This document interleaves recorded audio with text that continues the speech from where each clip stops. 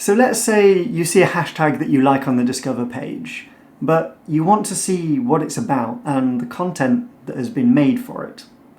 So let's say you see a hashtag on the Discover page, but you want to see what it's about and what the content has been made for it.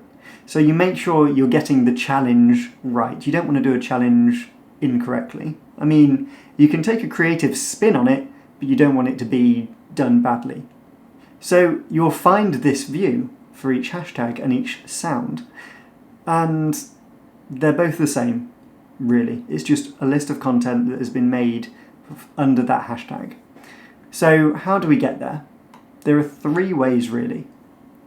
The first is to go onto the Discover page and click a hashtag that you like and bam, you're there.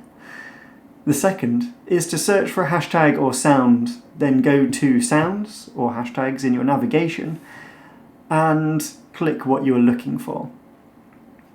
Third is to go directly from a piece of content to that hashtag or sound. So you can click a hashtag in the description of a video, or you can even click the little record and that will take you to that sound.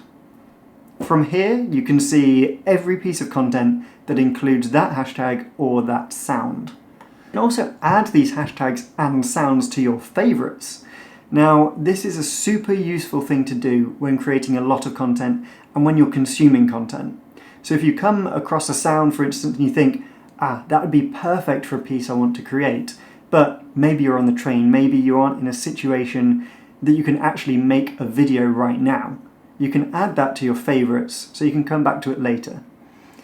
These will then appear when creating your content, and you can navigate to them for easy use. Then at the bottom of this page, you'll find a button that you can use to record a video right then and there if you're feeling the inspiration coming.